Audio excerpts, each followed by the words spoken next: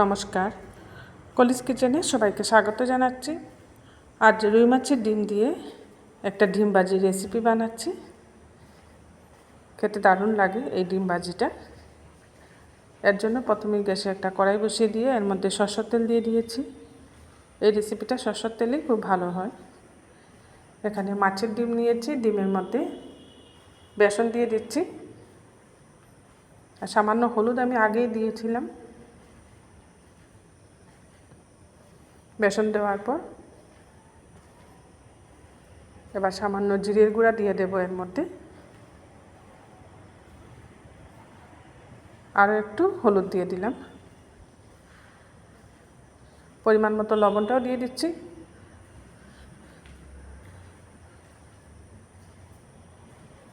মাছের ডিমের ভাজিটা আমি কারকুল আলু দিয়ে বানাচ্ছি। এখানে কারকুল আর আলু ছোটো ছোটো করে কেটে রেখেছি।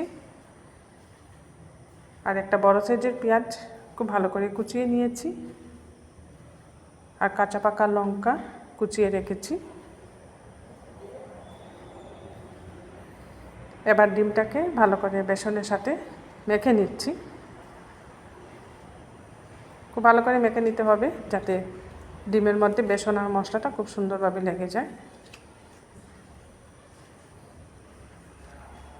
একসাথে মেখে নিচ্ছি। ভাজার পর এগুলো এমনিতেই আলাদা আলাদা হয়ে যাবে।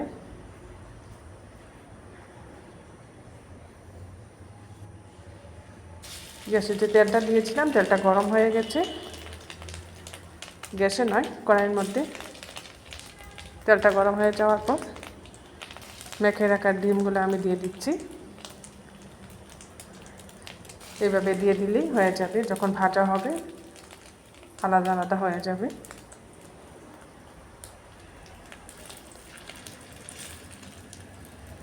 মাছের ডিম দিয়ে এইভাবে ভাজি খেতে খুব ভালো লাগে।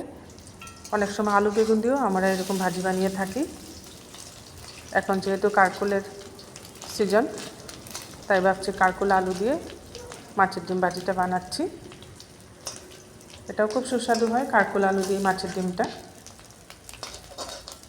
দেখুন ভাজার পরিগুলা খুব সুন্দরভাবে আলাদা করে নিচ্ছি। একটু লাল লাল করে ভাজবো মাছের ডিমগুলো।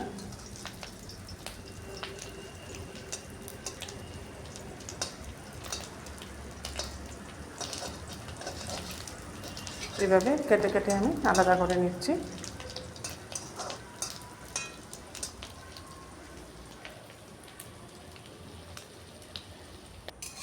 এগুলো ভাজা হয়ে গেছে, খুব সুন্দর মুচমুচে হয়েছে। এরকম ভাজি খেতেও খুব ভালো লাগে ডালের সাথে।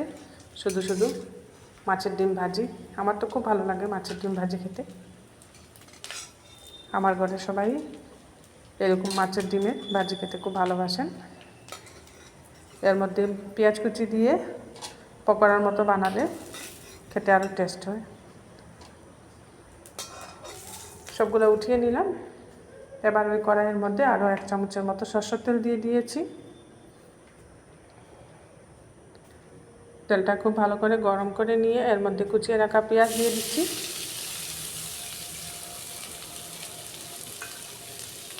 পেঁয়াজটাকে এখন একটু লাল লাল করে ভাজবো।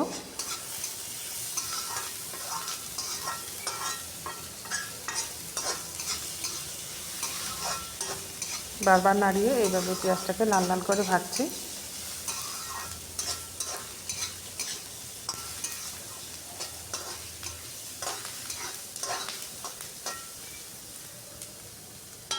পেঁয়াজটা ভাজা হয়ে গেছে। এবার কেটে রাখা কারকুল আর আলু দিয়ে দিচ্ছি।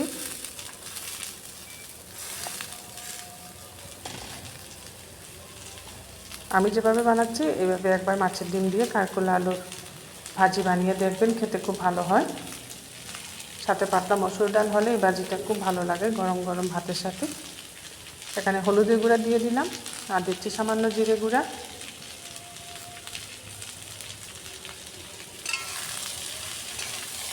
জিরে আর হলুদের গুঁড়া দিয়ে ভালো করে মিশিয়ে নিচ্ছি পেঁয়াজ আলু কারকুল।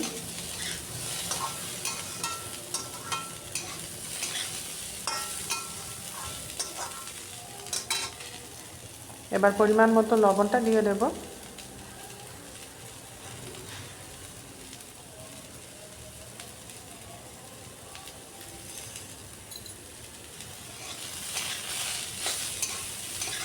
লবণটা দিয়েও ভালো করে একটু ভাজা ভাজা করে নিচ্ছি। কিছুক্ষণ এইভাবে নাড়াচাড়া করে গ্যাসের হিটটা কম করে দিয়ে ঢাকা দিয়ে রাখবো। এইভাবে ঢাকা দিয়ে দিয়ে রান্না করলে আলু কারকলটা খুব সুন্দরভাবে সিদ্ধ হয়ে যাবে।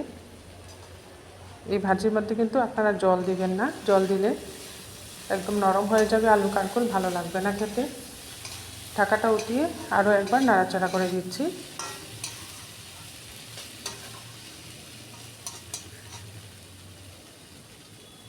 এবার আবারও একবার আমি ঢেকে দিচ্ছি।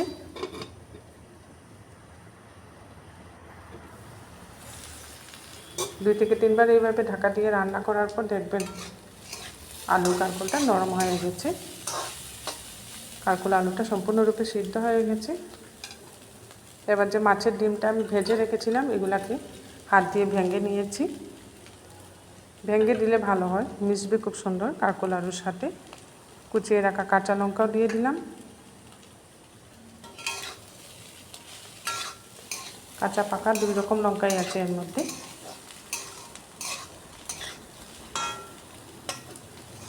এবার আর ঢাকা না দিয়ে কিছুক্ষণ ভাজা ভাজা করে নিলেই ভাজিটা হয়ে যাবে। রুই মাছের ডিম দিয়ে কারকল আলুর এই ভাজি রেসিপিটা আপনাদের ভালো লাগলে লাইক, শেয়ার, সাবস্ক্রাইব করে নেবেন আমার চ্যানেলটা। দেখুন খুব সুন্দরভাবে মুচমুচে হয়ে গেছে ভাজাটা। আর ভাজবো না, এখন একটা সার্ভিং বলে আমি নামিয়ে নিচ্ছি। তৈরি হয়ে গেল দারুণ টেস্টি একটা রুই মাছের ডিম ভাজি।